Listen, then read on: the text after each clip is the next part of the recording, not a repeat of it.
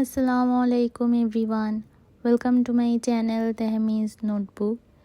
August মাসে আমার একটা স্পেশাল মানুষের একটা বিশেষ দিন আসতেছে, তো ওটার জন্য তো আমাদের কিছু শপিং করা লাগবে, প্লাস গিফটসও নিতে হবে। ওটার জন্য আমরা বেশ কয়েকবার বের হয়েছিলাম। প্রথমেই চলে গিয়েছিলাম আমি অ্যাস্টোরিয়নে, যেহেতু এটা আমার স্পেশাল মানুষের পছন্দের একটা জায়গা। ভাবলাম এখান থেকেই তাকে আমি কিছু গিফট করি। তো যেই কথা সেই কাজ, চলে গিয়েছিলাম। অনেক সময় লাগিয়ে আমি আমার গিফটটা পছন্দ করলাম। অবশ্যই তারও পছন্দেরই কিছু একটা আমি তাকে গিফট করেছি। সেদিন ওখান থেকে আমি আমার জন্য কিছু শপিং করেছিলাম। বলতে গেলে আমাদের ভালো সময় লেগে গিয়েছিল, একটা দিন আমাদের ওখানেই চলে গিয়েছিল। তারপর ওখান থেকে গিয়েছিলাম আমরা একটু আর্টিসানে, হাবির একটা পার্সেল এসেছিল যেটা নেওয়ার জন্য। এরপর ওখান থেকে চলে গিয়েছিলাম আমি ইউনেস্কোতে এই ফুচকাটা খাওয়ার জন্য। আমার অনেক পছন্দের, তো এটা না খেলেই তো নয়।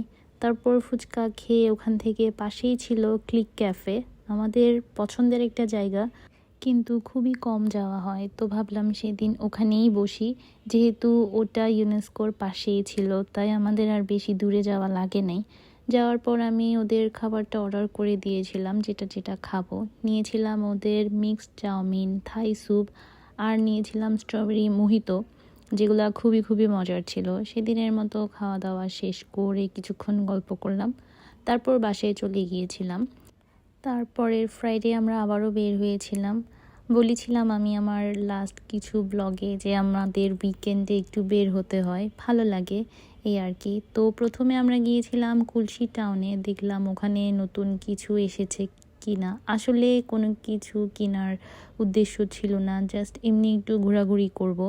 আমরা মেইনলি বের হয়েছিলাম বাইরে ডিনার করব।